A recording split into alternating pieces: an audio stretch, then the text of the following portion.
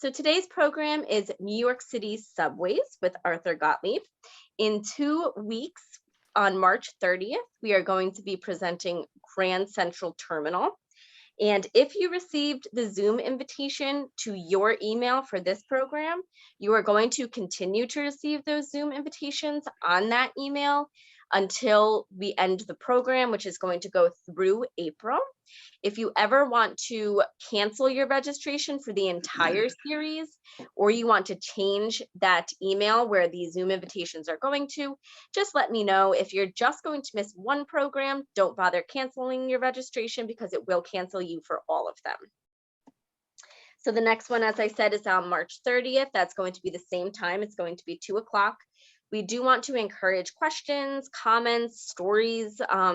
We have a couple good stories that we heard through email. We'd love to hear any experiences that you've had. If you rode the subway in the 70s and want to talk to us about that, we'd love to hear it. Just put those questions into the chat or use the raise hand feature. We see that immediately. If you do want to use your microphone and ask a question, we just ask that you get our attention first, because the more people that come into the program, the bigger the delay is between when you start to speak and when we can hear you. So sometimes we are well past it and all of a sudden somebody will start asking a question and we'll miss the first part of that. So if you want to use your microphone, just get our attention. We will stop periodically, check that chat, check those hands up. You can even raise your hand like this, and we'll see that right away as long as you are on camera. So now I'd like to introduce Arthur Gottlieb. He's a local historian on political and military history. He's also a certified senior advisor and counselor. He's worked as the technical director of exhibits at the Intrepid, and he's worked extensively with veterans, most recently offering his counseling services pro bono to those who are returning from Iraq and Afghanistan. So welcome, Arthur. Thank you so much for being here with us today. Hi, everyone. Good to see everyone. I'm glad we have a nice crowd today. And last week, 2 weeks ago, we had Ellis Island. I hope you enjoyed that. I just happened to be, of course, I spoke to my mom, like, I don't know, the day before yesterday, and she's down in Florida, and I spoke to her, and she's 94 years old, and she was telling me, regarding Ellis Island, she was telling me that my grandfather, the one I told you the story about, who came here, running from the Russian army in this case, she said he had left a whole family behind. My grandfather just took off and he left his whole family behind. My mother 2 days ago was speculating about how she wonders if we actually have any relatives in Ukraine right now, because that's where both of her parents were from. Interesting stuff. Heartbreaking too. All right, so let me go to my PowerPoint presentation. I have 2 of them for you today. I'm going to show you. One's more mechanically on the subway system, and the other one is going to be about the subway art, what I'm referring to art at least, and that's the mosaic tiles, etc., that are in the subway system. So can you see my picture? No. You can't see that? No. Okay. So let me, I know what I did wrong. I have to go to screen share first. There we go. Sorry about that. Perfect. You can see that. Yes. Yes. Yes. Very good. Sorry. We're good. Great. There are no subways in this photograph. Okay, so just do not adjust your screen. Remember that from, like, what was that? Not the Twilight Zone, the other one, The Outer Limits. Right. So anyway, we're taking a road trip down to New York today, you and I, and this was always my favorite part. I always loved the water and spent so much time on the water in various regards there. I was a tour guide for the Intrepid. We had these VIPs we would take in our own tugboat and around Manhattan. Not completely around Manhattan, but I was the one to take our potential benefactors and give them personal tours and made sure they were liquored up and all the rest of that. So nice shot of the tip of Manhattan here. You can see that this is, of course, we have the Freedom Tower. And that is better known as World Trade Center #1. And just a little bit of fun facts. The World Trade Center was never the Twin Towers when it was the Twin Towers. That was just a nickname. It was World Trade Center #1, World Trade Center #2, in the same way that the Freedom Tower is a nickname for this building, where the Twin Towers were. It's really World Trade Center #1. The Hudson River to the left, East River to the right, Brooklyn on the other side. Obviously, this is Liberty Island here in the front of us, and as we saw last week, or 2 weeks ago rather, Ellis Island over here. Nice shot.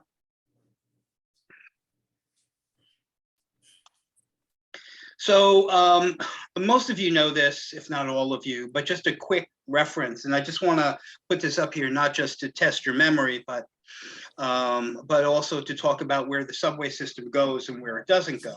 As far as New York City is concerned, we have 5 boroughs, right? The blue one, of course, is Manhattan, and is an island, even though, and believe it or not, some people don't know that, because there's a waterway that goes in between #4 here, which is the Bronx. And the waterway is called the Harlem River and empties into the Hudson River up here at a place called Spuyten Duyvil, which is Dutch for "you owe me $20 and I want it now." That's a joke. You should be laughing at that. And here we have Upper New York Bay. These 2 islands here, that was Liberty Island and Ellis Island. That's Governor's Island right over here. Brooklyn is #2. Queens is #3. And of course, Staten Island is #5. And all of this over here is New Jersey, or Jersey, if you will. You can see that down here, Far Rockaway is part of Queens.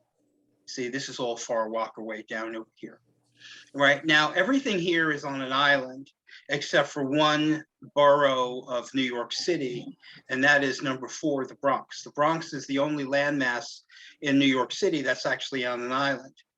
And before the incorporation of New York City in 1898, Bronx was part of Westchester County, if you didn't know that. And of course, #2 and #3, which seems like it's on solid ground, which it is, it's on an island, right? So of course, Brooklyn and Queens is on the westernmost port of Long Island. And then, of course, Staten Island, as the name would infer, is an island. Staten Island is the only borough of New York that is not served by the New York City subway system.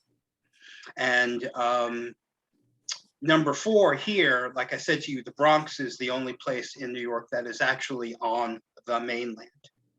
All right. And this big island here that's actually technically part of the Bronx is a scenic landmass, a resort town called Rikers Island. I don't recommend it. And so this turned out to be an overcrowded, crazy place by the time 1900 rolled around. We had the great waves of immigration, and places like New York City and Boston, particularly, wound up having more people than it ever could possibly be imagined in it. And that overcrowding posed a lot of problems from the standpoint of sanitation, water supply, transportation with all of those people, which brings us to the New York City subway system. Here's a nice shot of the Staten Island Ferry. Now, I used to take my dates on Staten Island Ferry back and forth, right? And because it was 25 cents back in those days, actually it's free now. And for 25 cents, I mean, it was pretty cool for 25 cents to go back and forth and see the Statue of Liberty and all the rest of that. That was sort of my route there. I would take my date on the Staten Island Ferry, and then we would have dinner in Chinatown, and then we'd go for a walk across the Brooklyn Bridge, and then come back and have some you know, some after dinner kind of an espresso or something in Little Italy, and maybe a cannoli. And as far as I was concerned, if she wasn't interested in me after all that, she wasn't worth it. Right. And we're going to be talking, especially in our next presentation that I have for you. I mean, the one that I'm going to do today for you right after this is I'm going to be looking at some of the artwork here, because this is a highly cultural thing for me and a sociological thing. It's not just a matter of names in a subway. I mean, to me, you had these people who were the same generation or a little older as my grandparents, who were craftsmen who were down here making this stuff. And it's just remarkable the kind of skill it takes to make something like what we're looking at here. And I'm going to show you in further detail, you know, the little mosaic tiles. And I don't know if you've ever worked with mosaic tiles. It's not that easy. There are people who are good at it and people who aren't. Like I told you once before, I grew up in an Italian neighborhood where many of the grandparents and even some of the people who were just in their 50s and 60s actually were from Italy. And a lot of them were like genuine stone masons. And they knew how to work with stone, they knew how to work with brick, they knew how to work with masonry and concrete, and what a skill set. And that is what I'm looking at here, and that's what I think about when I look at this.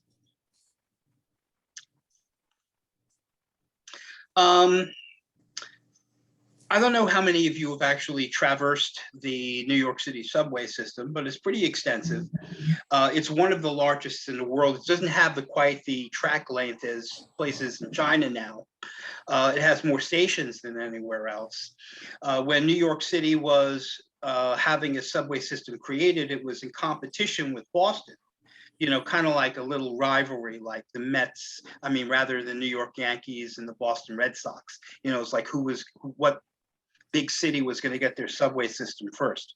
They already had subways in places like London, right? And this type of signage over here, I mean, the only time you see signs like this, especially from stations that aren't there anymore, you see these in antique stores. These things are highly collectible now. Do you remember the kind of metal signs that would be enameled? Ever see like an old pot? My grandmother used to have one of these big pots that she would cook turkeys in and things like that. And it was a metal pot that was enameled. And it was blue, and it had those little white flecks in it. You know the kind I'm talking about? Oh, yeah. And it invariably had a few chips in it. Yes. And so these things here, this is enameled on top of metal. Oh, It's a beautiful piece of New York City history and Americana even. And keep in mind that the sorts of chemicals that were used in the manufacture of these things are not something that you'd want to be breathing in or exposed to these days, but it was pretty common in the old days. All of this stuff has and forgive me for this, but it holds kind of like I don't know, romantic memory for me because of, you know, the time that I spent in the city. And, you know, I'm not there very much these days, if at all. But when we do Grand Central Station, which I think is next, is it? right. Yeah, when we do Grand Central, I'll tell the story, but this is really the story also, even before Grand Central Terminal, about where you can put trains and where you can't put trains, right? So here is a locomotive, right, that is obviously consuming some kind of grade A material, in other words, a combustible material, and which means that out of the smokestack, it is creating fumes, right? Some kind of a byproduct of wood or coal, and you wind up with something here that you really wouldn't want inside of a tunnel with a bunch of people, would you? And you know, but that was the difference in the London subway system, which preceded the ones here in the United States, at least. They ran coal-fired locomotives underground, and people in subway cars. I don't think they call it the subway. I guess it was the underground. They were choking to death, and the walls were covered in soot. You know, here in the United States, we didn't wait to put things underground until electricity was available and the electric motor had been perfected, right? And therefore now you had a means of driving a train car that didn't consume oxygen and put off fumes into the air that would kill the people inside the railroad car. You know, seems kind of like a positive thing to me. You see, so as long as before you had electricity, before you could practically use it to drive electric cars, then we weren't putting stuff in tunnels. I mean, you can have a short tunnel, like, you know, and even on the Transcontinental Railroad and all the rest of that, and even in other places where you can go, even today in automobiles. I mean, you're driving through tunnels, but they have means of ventilation, or they're short enough so you're going to be in it and out of it enough where you don't have to worry about breathing fumes, you know. And this seems like an obvious thing, but it was a big deal. And then after the Edison's light bulb, the first real practical thing to be electrified was in a commercial way, were train cars, right? Because the benefit and the profit motive was obviously there. This, by the way, is in an elevated train, right? You can see by the elevation of these buildings that this train over here is elevated off the street, which many cities have. Now, today, New York City subway system is a hybrid. They have elevated tracks, and then they have, of course, the subterranean tracks, right? There are places where it's just not worth it to, you know, put things underground for the cost that it's going to have. And it's also a question of, you know, in the outer boroughs and places in Queens and places in the Bronx, you know, this was always a thing. It's kind of like, you know, so what if an elevated track is ugly? It doesn't really matter for the outer boroughs, right? So there's always this little bit of a, we can't have it in Manhattan because we don't want to look at it. It's sort of a not in my backyard kind of a way of looking at things.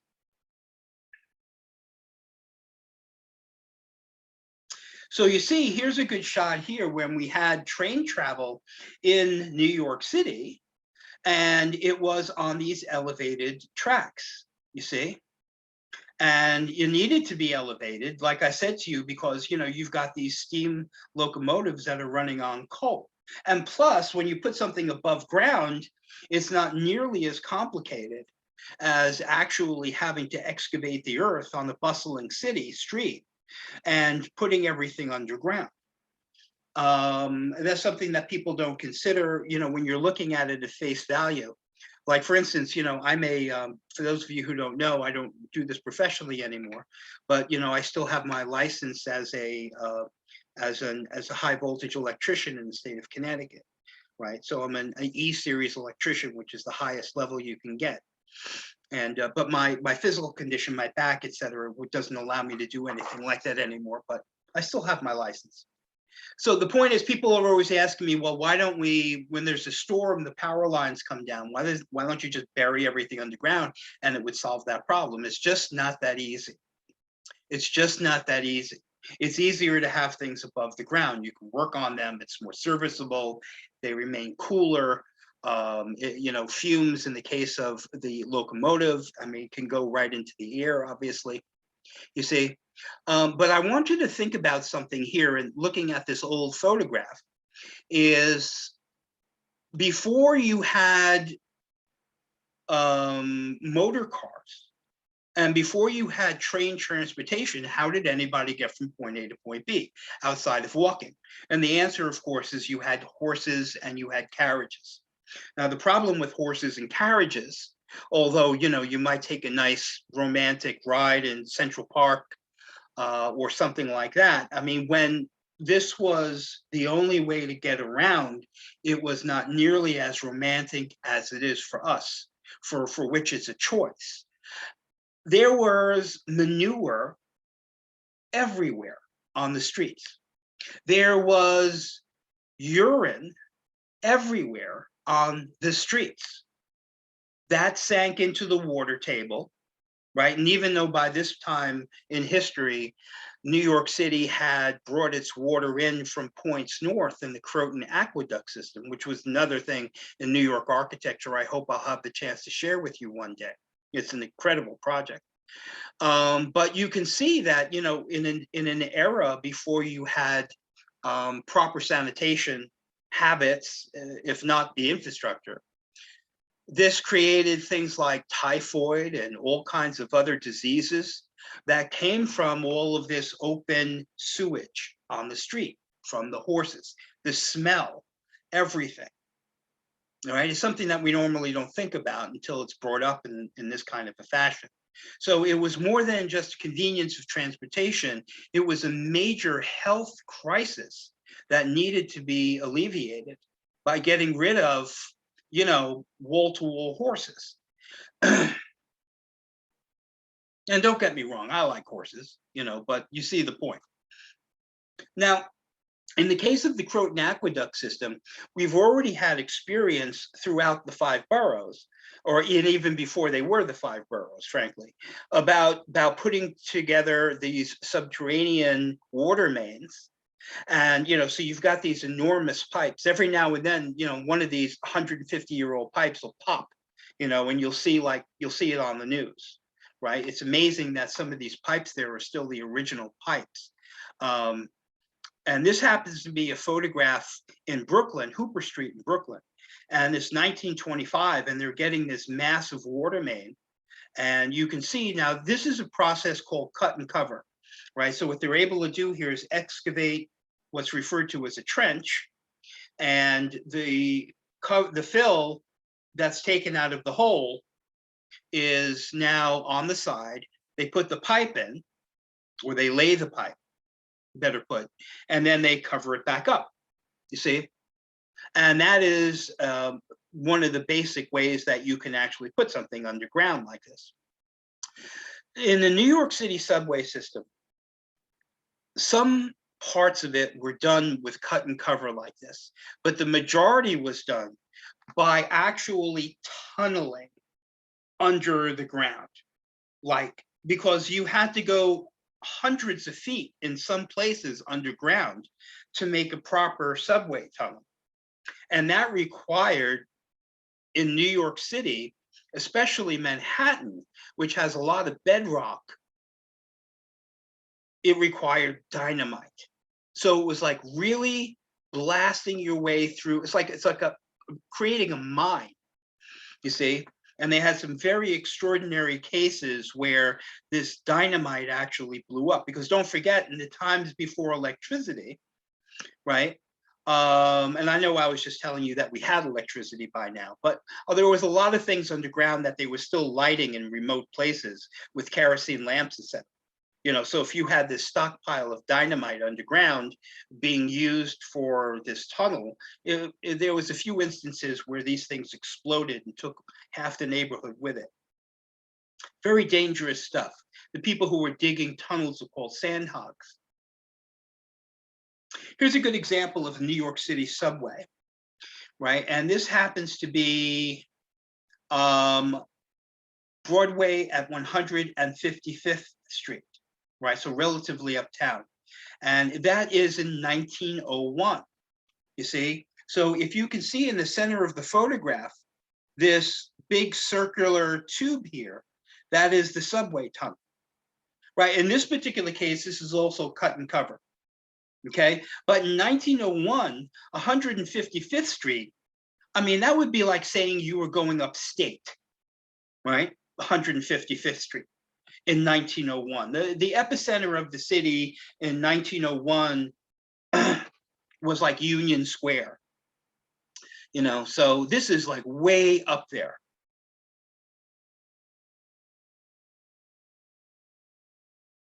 And here's a photograph that I'm going to show you this again when I see you next. This happens to be, it's an excellent photograph. That's why I stuck it in here. And what we're doing is we're looking at the construction of the new Grand Central Terminal. And we're looking northwest.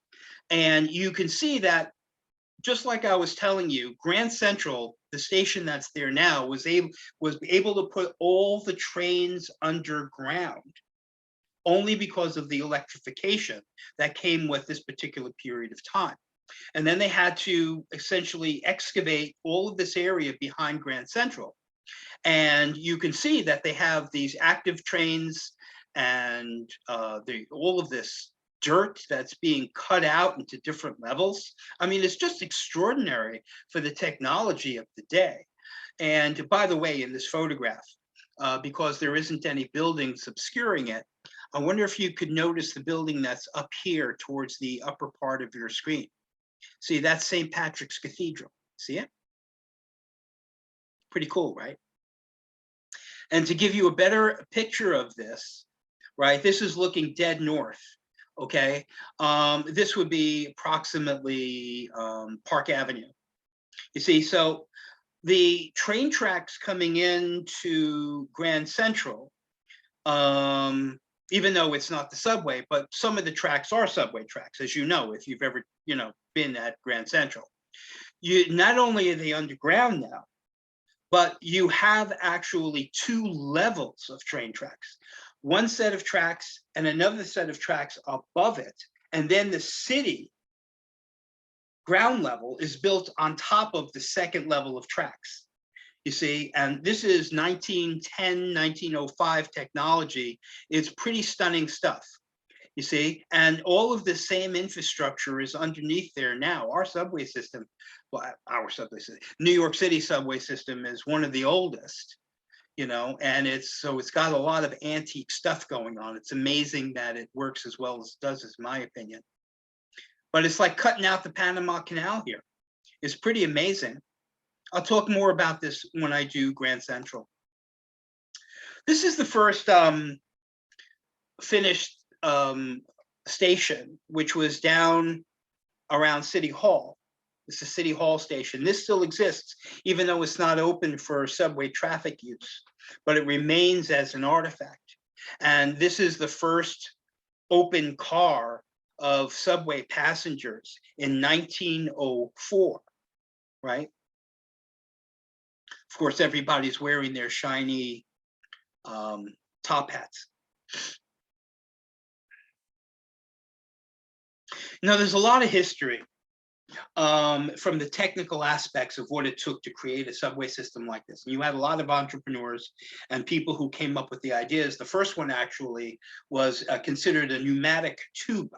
On a pneumatic tube, I don't know if you've ever seen, like I went to the bank, Fairfield County Bank, and during the COVID restrictions, when the lobby was closed, I got used to using the the carport where you drive in and you put the window down and then you put your checks or whatever it is and in this pneumatic tube, and then you put it in there and press the button and there's like, whoosh, see? So this guy thought, why don't we create a giant pneumatic tube and we can put people in the tube, and then we can start this giant fan and kind of blow this tube down this cylinder. And then if you wanted to go the other way, you just turn the direction of the fan the other way, and then we can suck them back the other way, And this was kind of like, got people used to the idea that you could travel in a tube, but it wasn't really that practical, Like I said to you, the electric motor was the way to go. Here's a colorized picture of that City Hall subway station, New York, you see. Look at the tile work in this, right? The herringbone tile. This is the artifact of the station that still exists. It's not, I wouldn't call it abandoned. That would be the wrong way to call it. The New York Transit Museum gives tours down here. And I think that it would be a worthwhile thing to do. And like many of the train stations, they had seen a lot of use and a lot of abuse. But this one's like relatively intact. See, there it is. You can see the remnants of like when the last time this was in service. You see this ticket booth over here in the corner, and they would sell, I remember these from when I was a kid, and they would sell rolls of tokens, right? When I was older, I would buy tokens by the roll, And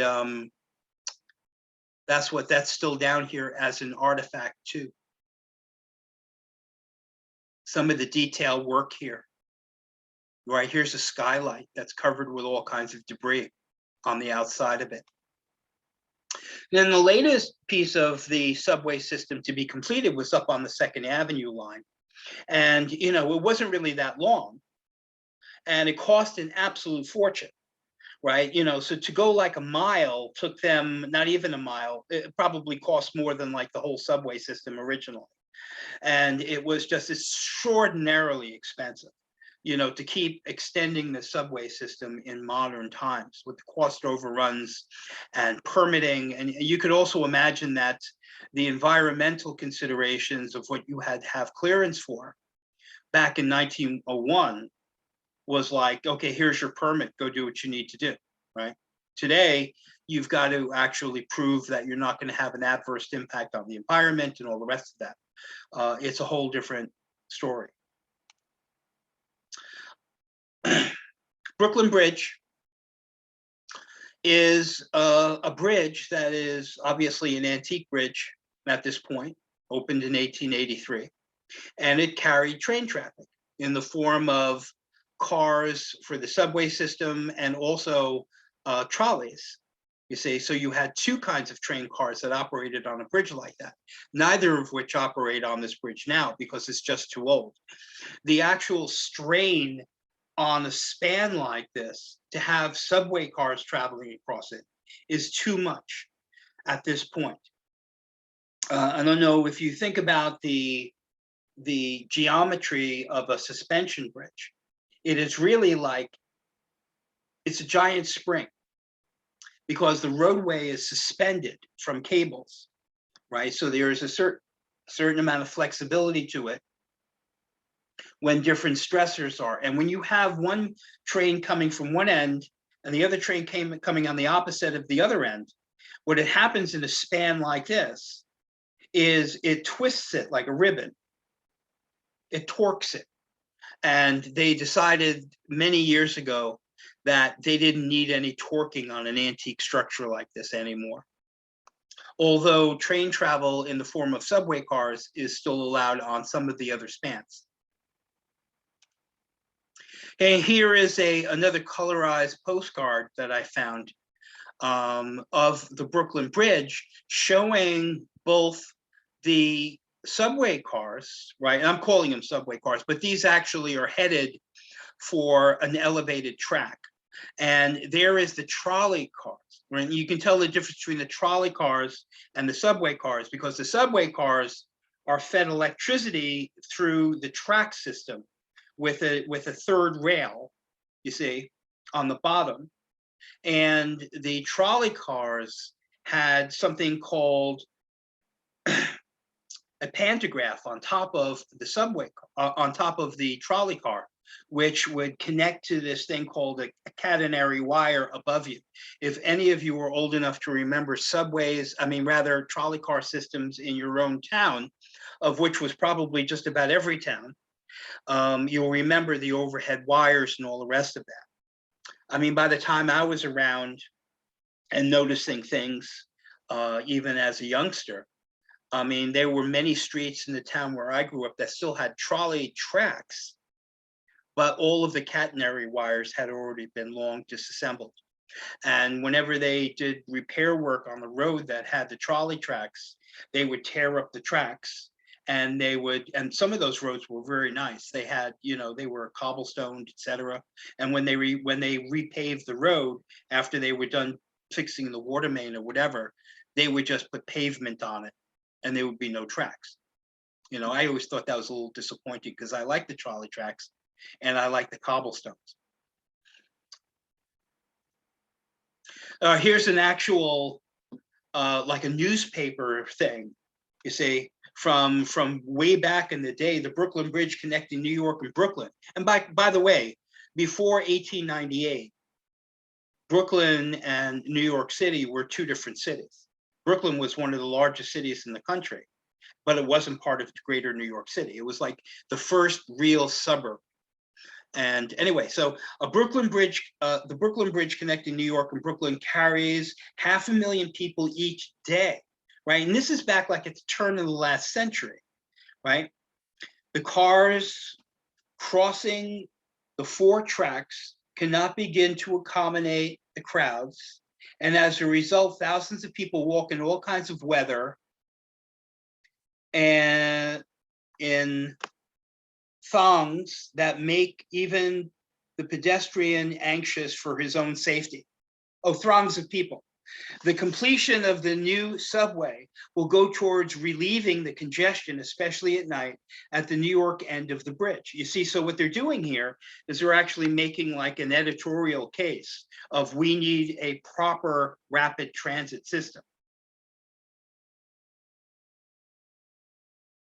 Right? Now, this is the next bridge up the East River from the Brooklyn Bridge, and it's the Manhattan Bridge. And it is also an antique bridge. This bridge and the Queensboro Bridge opened, I think it was 1911, if I'm not mistaken. And the Manhattan Bridge still carries rail traffic in the form of subway cars, you see, but they've got to be very careful, like I was telling you before. If there's one car that's approaching the bridge from this angle, it had another train car coming from this direction. The one car has to stop while the other car makes it to at least midway point or past before this car can traverse the river. So to avoid that torquing that I was telling you about, you know, when you're dealing with this is a moving, living thing, a suspension bridge. It's a fascinating thing. It's like the perfect combination of compression and tension. And with something this old, I mean, it's an antique. So this still carries rail traffic, right? As a matter of fact, here are some subway cars on the Manhattan Bridge. Now, here's one also that I borrowed from the Grand Central program. And so what we're looking at here is 42nd Street. And 42nd Street, circa 1900. And we're looking west on 42nd Street. This is the front of the old Grand Central, right? And what you got here, because Grand Central had so much commuter traffic on the train lines going to points north, right? So you've still got the same 3 train lines going in and out of Grand Central, right? You've got the Hudson line, the Harlem line, right? And what, you know, now we call the Metro North here, that goes along Long Island Sound, roughly parallel to I-95. So there was an elevated train spur that came out from Lexington Avenue, right? Because behind me is Lexington Avenue. And it would come out right over here and it would terminate right in front of Grand Central. So you could take the subway or the elevated train, the L, right to the front of Grand Central. Right, and here's a great photograph. This is in 1895. Here is the right corner of the Grand Central, right over here. And there is the end of the train spur for the elevated train, right there, taking you to that, right? So I know you know all of these elevated lines aren't there now. You know, I mean, it's all underground, at least in Manhattan, or down in this section of Manhattan anyway. There are still parts uptown in Manhattan that have a few elevated parts of it. But what happened to all of these elevated trains that were all over the place, right? Well, the answer is that they were torn down, cut up into pieces, put onto ships in the 1920s and the 1930s, and sent straight to Japan. That bought all of our high-grade surplus steel. And after December 7th, 1941, Japan was kind enough to send it back to us.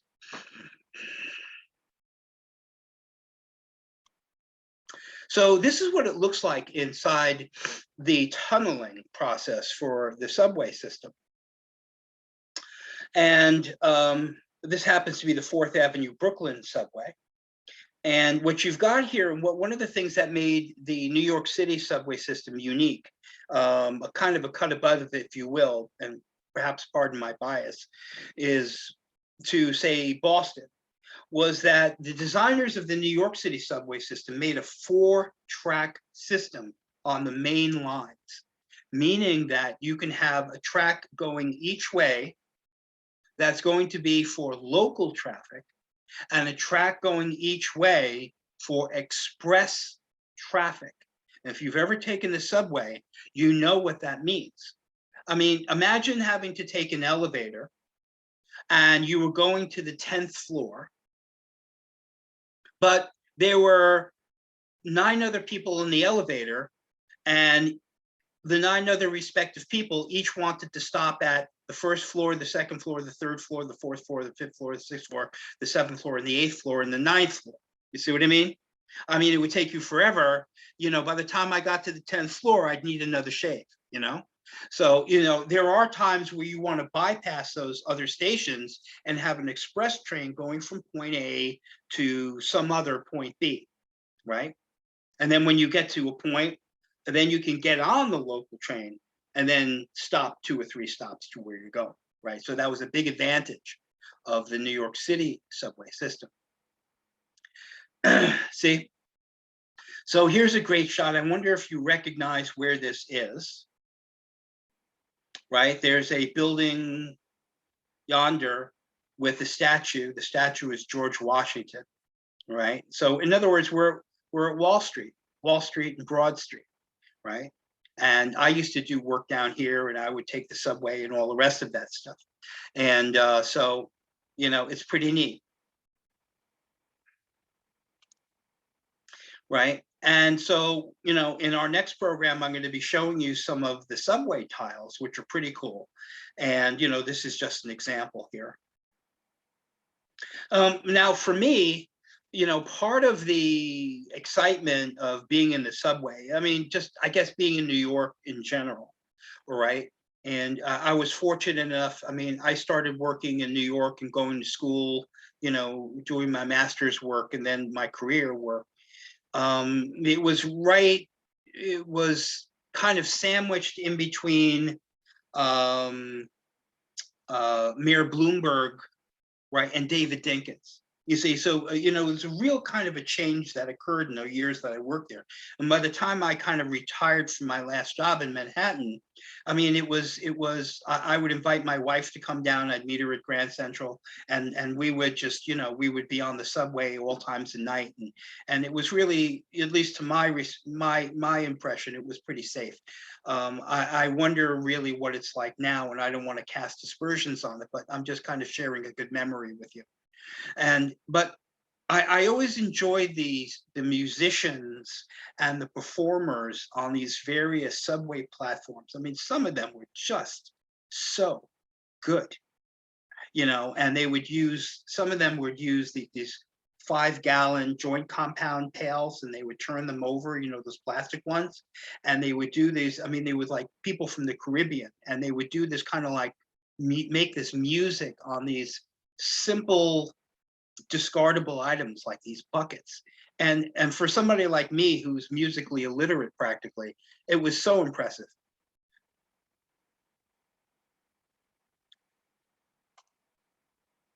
Right, and here's just an artifact. The artifact is that you can see that there used to be restrooms here, a woman's room and a men's room, you see. And now, of course, it's turned into a little convenience store.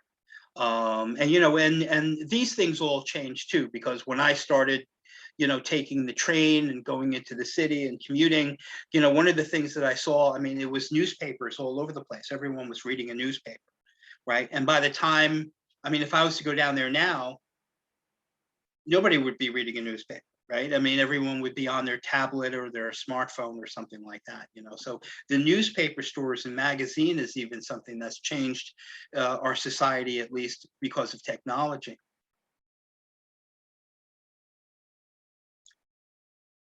Here's this guy with is that a French horn or a tuba? See what I mean? I don't know the difference. And, you know, you have all these musicians out there, and they have their case open, and people would I always used to give them money. Right, we'll talk about this when we go into the next program.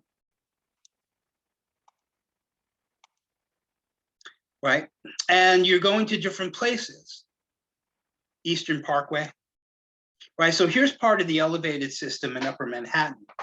Right, so you can see, you know, it's kind of an erector set contraption.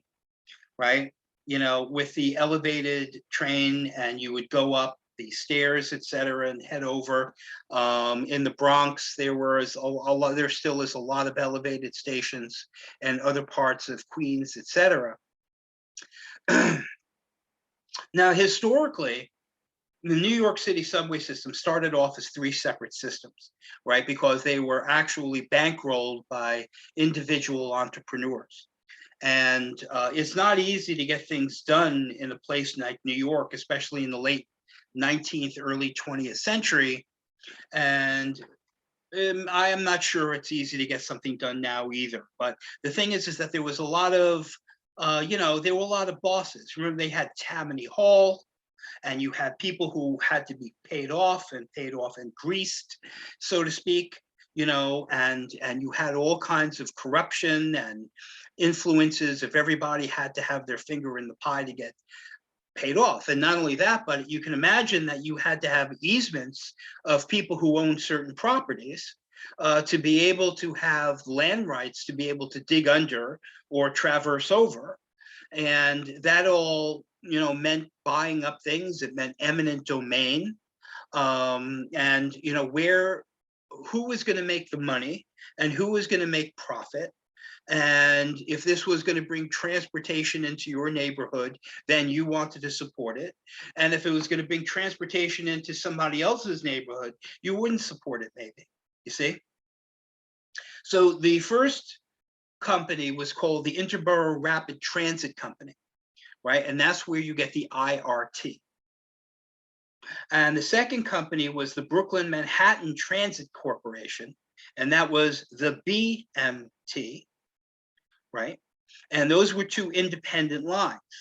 And you had the independent subway system, which is the IND, which always belonged to the civic authorities, right, of the city of New York. And in 1940, all 3 of these combined in the Metropolitan Transportation System, right, the MTA, which is today the MTA, you see.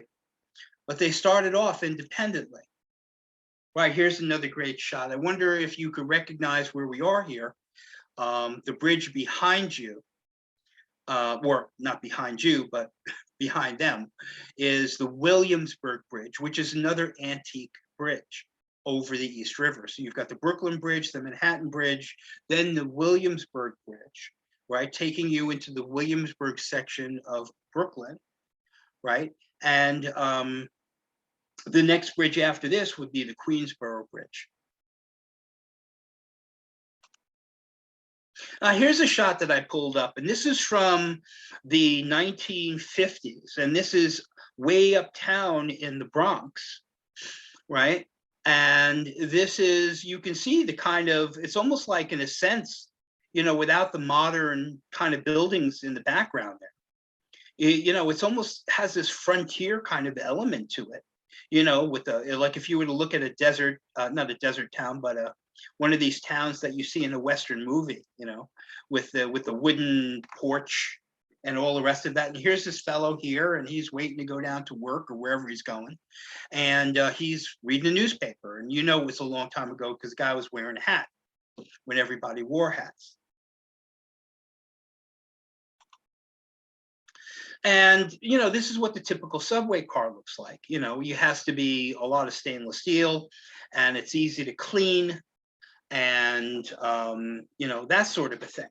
There's no straps here. The straps were pretty much gone by the time I was around, you know, excuse me.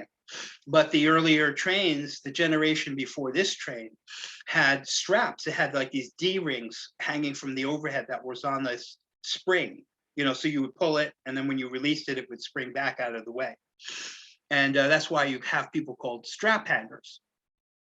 You know, the straps were gone by the time I was around. But look how clean this is. And that was one of the big things that, I happened to notice, when I was in graduate school and when I was working and taking the train every day. But I remember as a young man that the trains looked very different, right?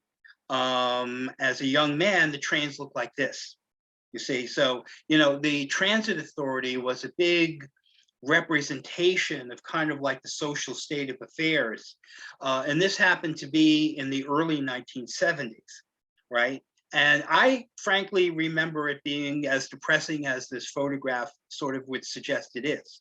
And everybody, to me, I mean, as a person who studies psychology and sociology all the time and use it in my practice, I mean, everybody kind of got used to this kind of, it was called tagging, right? And the discussion was, is it graffiti or is it an expression of inner city art?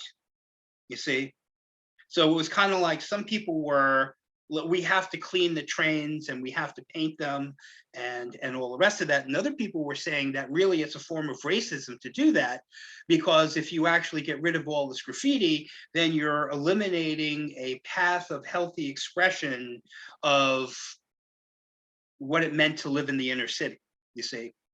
And so I leave that part to you. Personally, I didn't like the way it looked and it smelled of urine, right? See what I mean?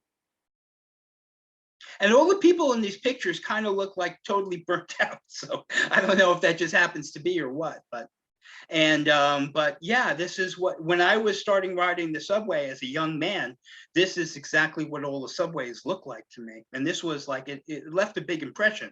I don't know if you recall, if you were in New York, by 1974, the whole city was like basically bankrupt, right?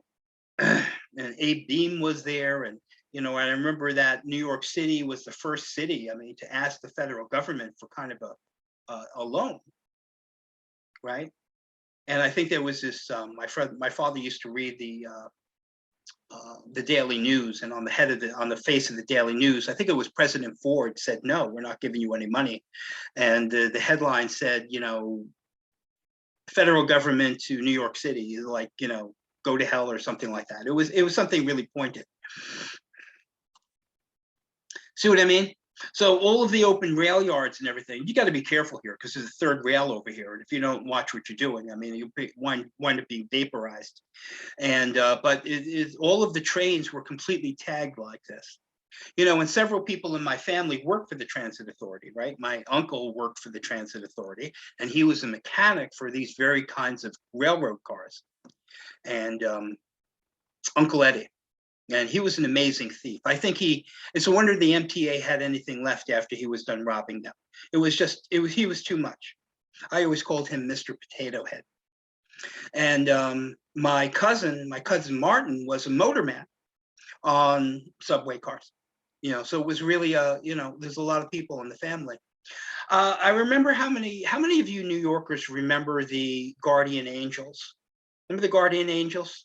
Right, this is Lisa Sliwa. And if you don't know who the Sliwas are, I mean, Curtis Sliwa was just running against and lost the election to Mayor Adams in New York City just in this past election campaign for mayor of New York City, right? So this was kind of like I'm not going to call them vigilantes, but they were like this kind of volunteer presence on the trains to bring a semblance of safety or something to the streets and the cities and the streets and the subway cars of New York City. And we'll talk about the tiles in a minute. We have a question in the chat. Yeah, go ahead. What is now the High Line? The High Line is a different program. The High Line, I have a whole program on the High Line. And but the High Line was not for civic transportation. The High Line was a series of commercial tracks down on the lower west side of Manhattan, down by just right where the Javits Center is, if you know where that is, down by almost by where Chelsea Piers are. And that was a series of commercial trains to bring food and raw materials into some very large commercial enterprises that lived in that part of the world back in those days. And that was, for instance, Nabisco Foods, right? The people who make crackers and cookies and all the rest of that stuff. They used to have the main manufacturing plants right down there, right down by, you know, in between where the Hudson River is and a few blocks in. And so you had to have like all of these flat cars of flour and spices or whatever else you put in cookies. And, you know, it would be brought right into that area. And that's what the High Line was used for. And then the High Line was long ago abandoned. And then it became something that was just going to be torn down. And then some entrepreneurs got together and they say, why don't we save this and turn it into like this ecological park that is raised? And we'll get some designers in here and we'll kind of combine modern architecture with the old-fashioned rails that are still there on top of the surface of the roadway. And we'll put, you know, we'll put indigenous plants to Lower Manhattan in there, and it'll be this wonderful fusion of art. And that's what the High Line is. Okay, I don't want to give you too much because I want you to hire me back to do the High Line program. All right. So another thing here, I mean, if you're a regular person who takes the subway, you'll like pigeons, you'll see our friends, the subway rats, okay? Which I always, you know, I would keep an eye out for my brethren, the subway rats. And so there they are. And in New York fashion, there they are, they're grabbing and fighting over a slice of pizza, right? Because New York rats like pizza. And there they are, you see the track right next to them? And so actually they had this one thing, I don't have the photograph of it, but you may remember there was this one particular famous rat that somebody took and put on YouTube. I want you to go, after we're done here, I want you to YouTube subway rat, okay? Or pizza rat, that's the name of the video. And somebody had their phone, their smartphone, and they hit record, and they recorded this rat who had complete determination to drag an entire slice of pizza all the way down a flight of stairs in a major subway terminal, right? And you had to respect the little bugger, you know? This is my piece of pizza, and it's coming home with me. It's called Pizza Rat. I'd like you to YouTube that when we're done here.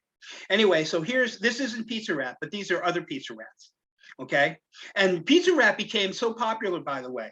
It was like a cultural thing, you know? And then there were these stuffed pizza rats that you could buy in stores. You see, this isn't real Pizza Rat. This is the stuffed Pizza Rat. Get it? And I should get one of these from my wife. I think she would love that. Do you think she would love that? Okay, well. And so anyway, you know, it's kind of like there's this, you got to have a certain kind of sense of humor to be into all of this, which New York people sort of pride themselves for better or for worse, okay? But I don't know. I think it's hilarious. And we'll get into some of this. This is the artwork I want to talk more about, but check this out. This is back from the old days, right? So the Subway Sun was a publication for all of the denizens of the New York City subway system, right? How tragic it is. Look at this yank on your conscience, right?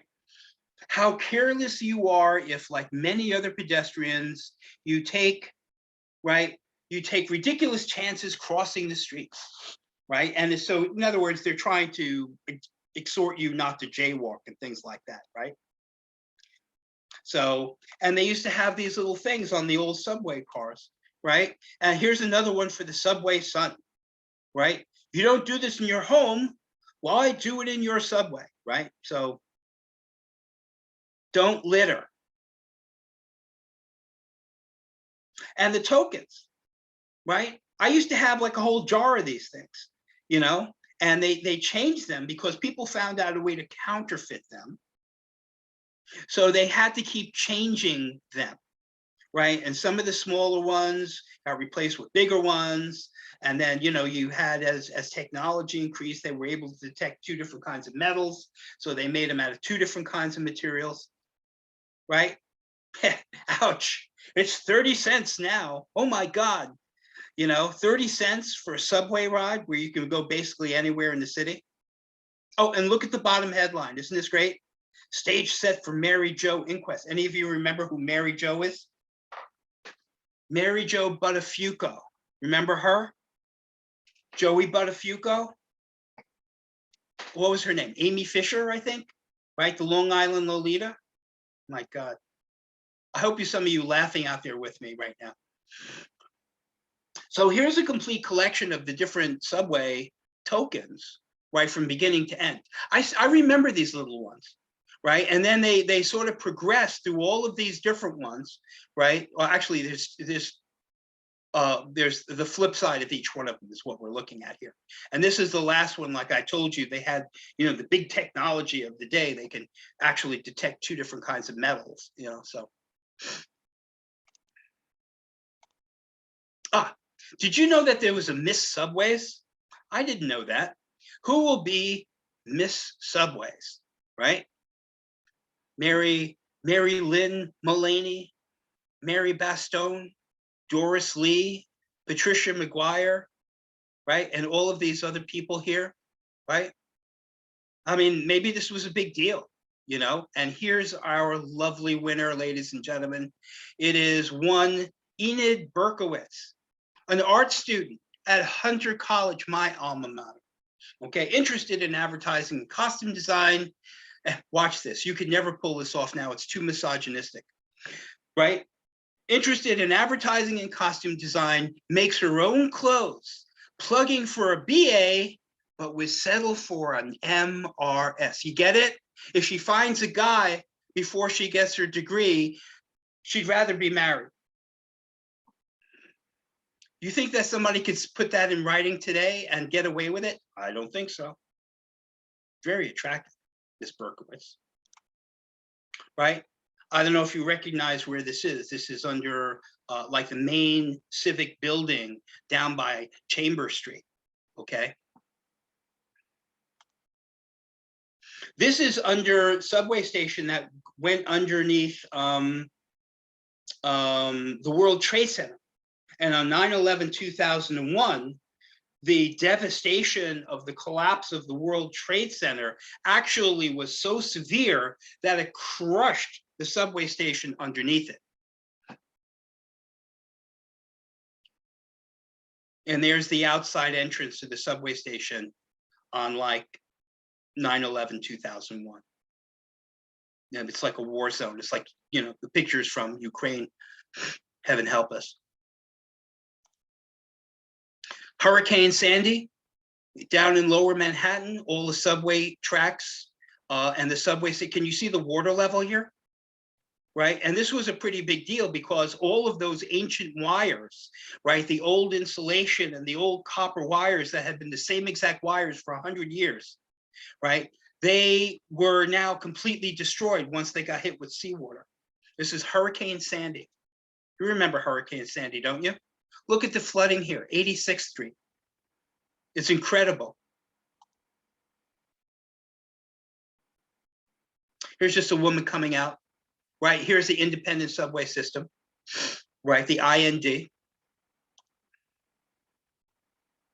This is from the Brooklyn Manhattan Transit Corporation, right? And this is this station is still there. It's an elevated station and it's out on Coney Island.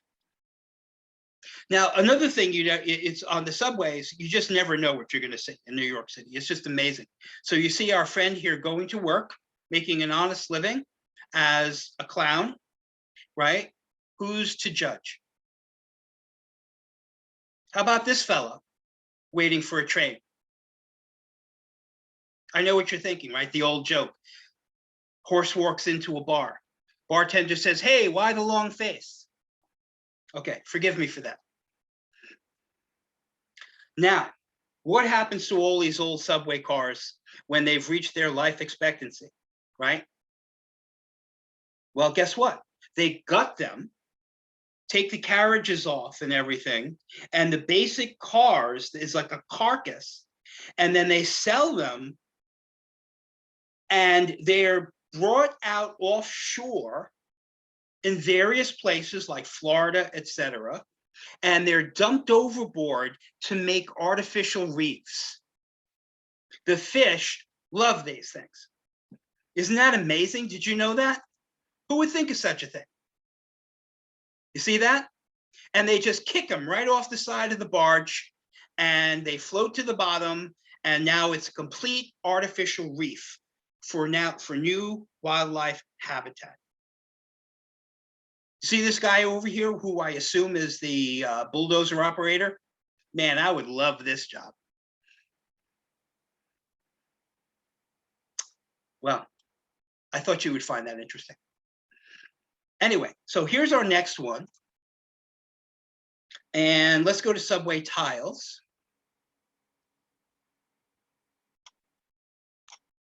You can see this, right? Yep, Yeah. you're good. So here we got two things here I want to show you basically is the two different kinds of font styles, right? So you've got serif and sans serif, right? This is sans serif, right? Serif is that little thing at the end of the actual letters. Now, I want you to consider the person who's sitting there with a pair of tile nippers, nipping tiny little pieces of tile out of a pile of tile to actually make this on a flat board. And then once it's completed, to actually transfer that actually onto the wall with glue and grout and masonry. Okay, it is absolutely stunning if you stop and consider the amount of work it took to do this. Okay, right, that's the serif. You see, Fifth Avenue. And there's something else I want to show you here. I want to show you the difference between the tiles that are the original subway tiles. I'm not talking about the mosaic. I'm talking about around the mosaic. You see these tiles underneath around where it says Bleecker Street? These are the original legitimate subway tiles. Like if you want to get a backsplash for your kitchen now and you walk in and you say, I like subway tiles, this is literally where the term came from. Okay. Now, when they've had to repair the walls, and there was a lot of water damage in a lot of these subway systems, you can't find the same kind of tiles, or they decided to replace them with square tiles. The square tiles are not the original tiles, okay? Only the elongated ones are the original subway tiles. You could also tell by the glaze on them because they use different materials to glaze the old-fashioned tiles when they fired them to new tiles, which are completely different material and thickness and glazing procedure. Right, there's that original subway, City Hall subway station. Except I'm getting a little closer, you see, to now, and I want to show you some details. Now, anytime that they had letters like this, I want you to keep in mind something here, that this isn't something you could just go and buy. Okay, this is something that had to be the arc of it, the letter. What they had to do was they had to actually carve out this in a piece of wood, and then that's a positive, and then they would create a negative by putting it in a like a wet sand mold, and then they would take the mold apart, right? And then you would pour clay into it, and then you'd wind up with a clay piece that would be the same as the positive, which you would then paint and fire. You see, so every single piece of this is literally handmade. There are those skylights I was telling you about. You know, it's just that nobody could afford to do anything like this. Now here's a modern version of subway tiles, right? So because of the tradition involved in the artwork of New York subway tiles, unfortunately, we have a lot of modern artists that are obviously very talented, right? So this is at the Natural History Museum subway station at 81st Street.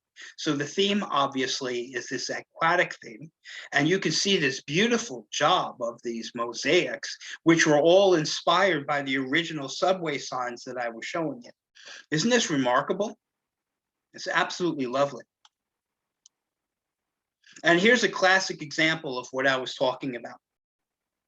I want you to take a look in a detailed form of the way that this 8 is made. Okay, look how the individual pieces descend in size until they disappear on both ends of this, right? And somebody had to choose these pieces of tiles and individually nip every one of these, and then surround them with these different colors of this lovely cobalt blue or aquamarine blue.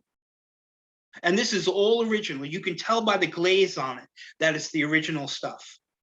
I think this is awesome. I always loved this. When I was a kid, this was my favorite part of riding the subway system. Okay. And I just so loved this kind of detail. Clark Street, Brooklyn Heights. This is standing from the platform looking over the tracks, right? And this is now a reproduction. It's part of the original stuff. You see, these green things are the original, but they had to repair the wall because the masonry had gone bad. You see, so what they did here is they replaced the tile with those 4-inch square tiles I was telling you about. Not original, but they did as good a job as they could by restoring it to as close to original as they possibly could.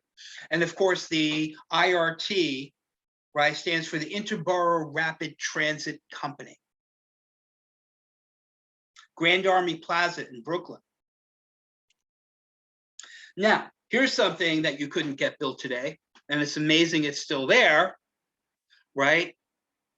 And you've heard some controversy about this, I suppose. And this is, of course, Columbus Circle, right? So, I mean, in New York, you know, I don't think that Italians are going to allow anybody to take down the statue of Columbus. And actually, I mean, so many places Columbus is missing, is gone. There was a statue of Columbus in Norwalk, and boom, it's just gone. You know, it's just like Columbus has got to go. Columbus is a genocidal maniac, and he has to go, right? So 59th Street, Columbus Circle, IRT subway station. And the details here are all on the theme of Columbus's 3 ships, right? The Nina, the Pinta, the Santa Maria. See? So this is all down there right now. Here's a lovely one. Look at this. I just love this color. You know, it's kind of like in depression glass. This is my favorite blue, right? Not that this is depression glass, but it's the same kind of a compounds that they used to color it, right? Bleecker Street. It's gorgeous. And this stuff has been here for so long. It's amazing that it's actually survived. Here's a lovely detail, you see. And isn't that just beautiful? My eye or my brain likes this. It just does. And it's just the 9 and the 2 and the way it's set up, you know. And I think about craftsmen like, you know, my grandfather was an old-fashioned craftsman, my father's father anyway. And, you know, he was an iron worker. But, you know, these old timers, man, my grandfather couldn't speak.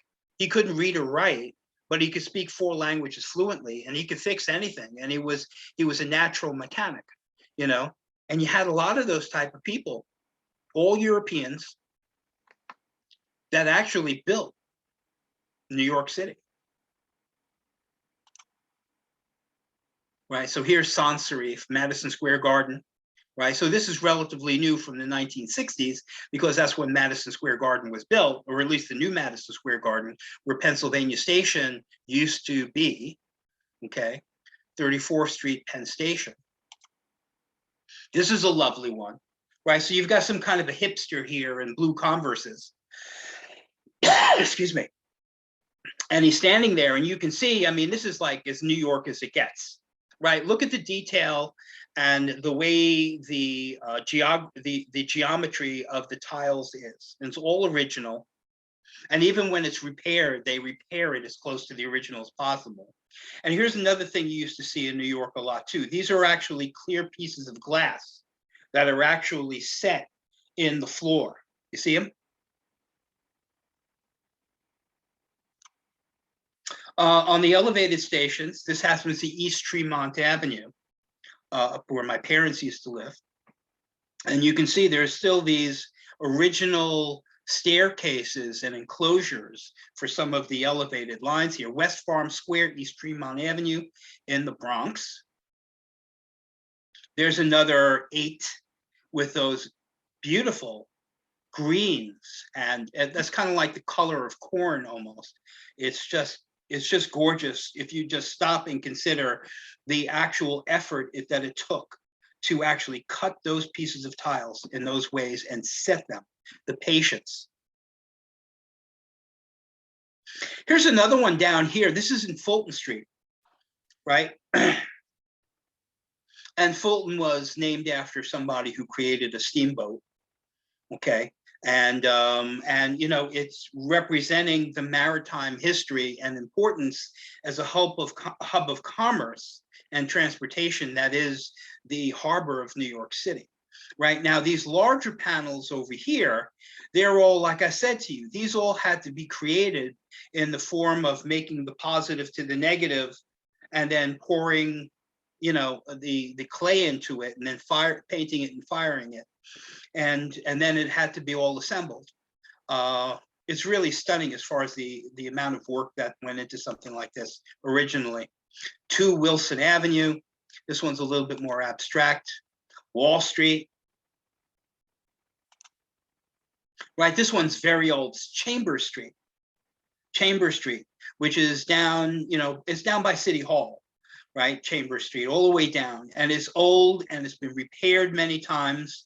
And these old stations, you know, when you have water leakage from the street, you know, I mean, it causes the wall to crumble. And, you know, the people who are trying to keep these, the historical accuracy of these mosaics together, it's a very, very difficult job because you have to repair the wall. Yet at the same time, you don't want to wreck the mosaic, you know? You can see all of the water staining and the streaking here. And don't forget the kind of chemicals that they use in the wintertime to actually treat the streets for snow and all the rest of that. It's all highly corrosive. Right, here's another shot from Columbus Circle. Now, this is a hybrid. What happened here is that the wall was repaired, but the banner on top was able to be saved. So everything here above this demarcation line is original, and everything below it is new. You see? So you can see those square tiles I was telling you about.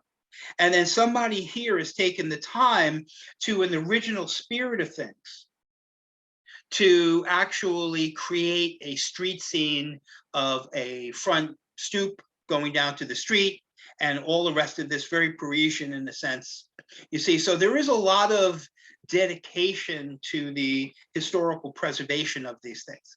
You know, I mean, personally, for me, I would have rather they used the subway tiles, but you can't get the same tiles anymore. But you don't tell me you can't get subway tiles, because I know you can. How about this one? Delancey Street Station, right?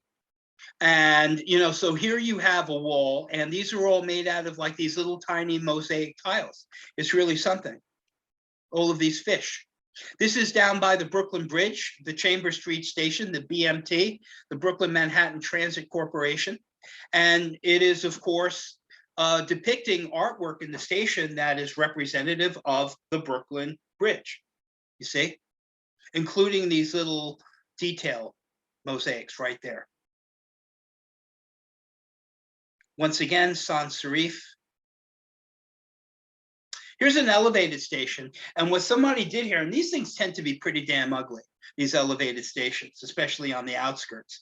And you have people who are applying their artwork on the back of what is essentially reinforced glass. I don't know if you've ever seen that. I mean, it's got like wire in it. And, you know, it's kind of ugly. And somebody has literally painted a mural on the back of the glass, you know, Westchester Square subway station in the Bronx. Right? And here's those fish again. It's really amazing the detail that somebody has taken here. My hat's off to them. This is all original. 33rd Street, right? And it's the original tile. You could literally see by the gloss, right, by the illumination, the reflectivity off the tile, if it's an original tile or not, because they don't make them like this anymore, right? 33rd Street, and even the original light fixture isn't in place, or a facsimile thereof, right? I kind of like that original stuff. Lincoln Center subway station. Look at this. Isn't that gorgeous? Somebody actually put this together, and it's two people dancing. Can you see that? This is all done with mosaic tile. It's beautiful. 18th Street. I love that color green. Isn't that beautiful? Once again, with serif, avec serif, not sans serif. Astor Place, right? Named after a famous person, right? And that's part of the City Hall subway system, right? The one that I showed you some previous pictures of, which was the first one that ever opened. This is a detail showing you like this compound series of curves that actually converge like this. And look at the way that had to be done. Now remember, somebody had to design this. You see what I mean? This had to be in somebody's head first, and then transferred onto some kind of a piece of paper. And then artists had to put this together who happened to be stone or tile experts, you see? And the textures and everything else, right? So this is like a terracotta, right? And here you have these green and white glazed tiles. And these tiles that are in the interior right over here, making up the core, right? These are called Gustavino tiles, which you see a lot around in New York. When we do Grand Central Terminal, I'll show you Gustavino tiles because they're used extensively in Grand Central. But it's just, if, you know, somebody had to draw this and make this work. Fulton Street.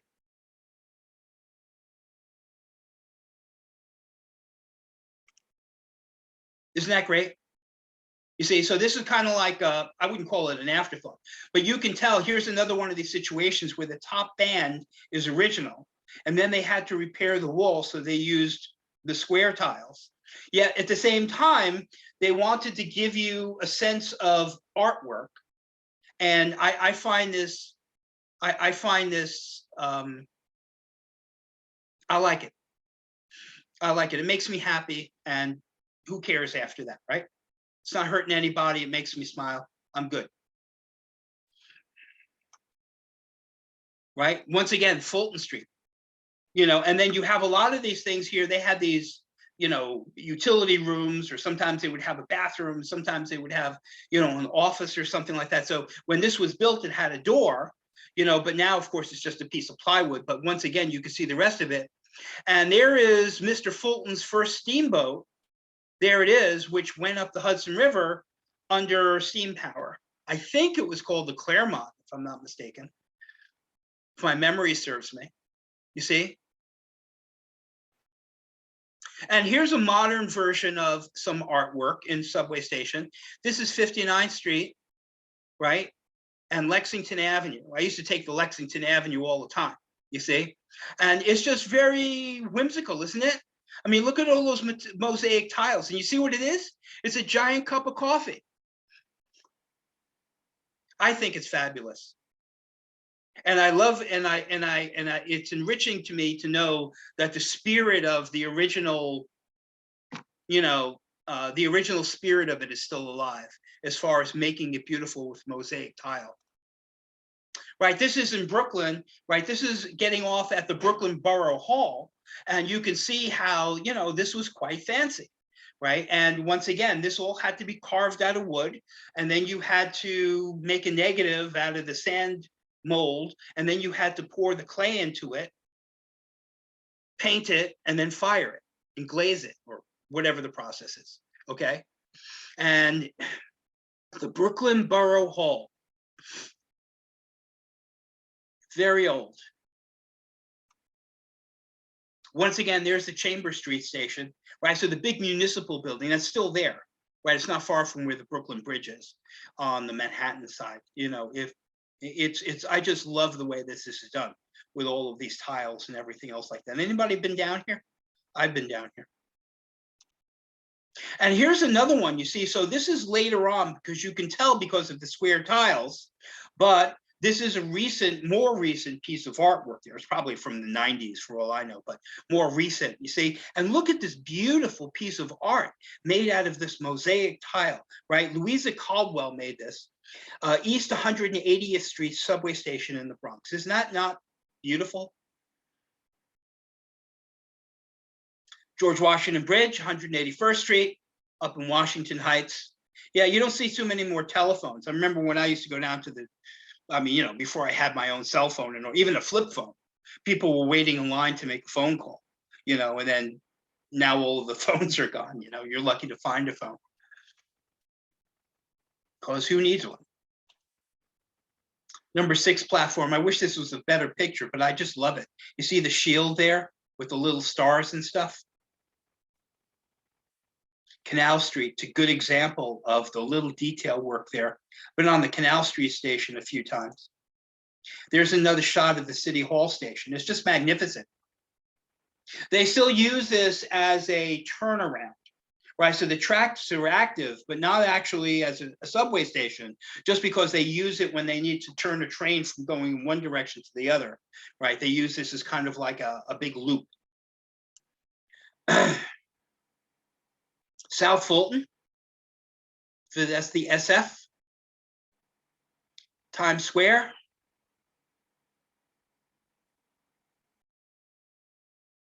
Atlantic Avenue.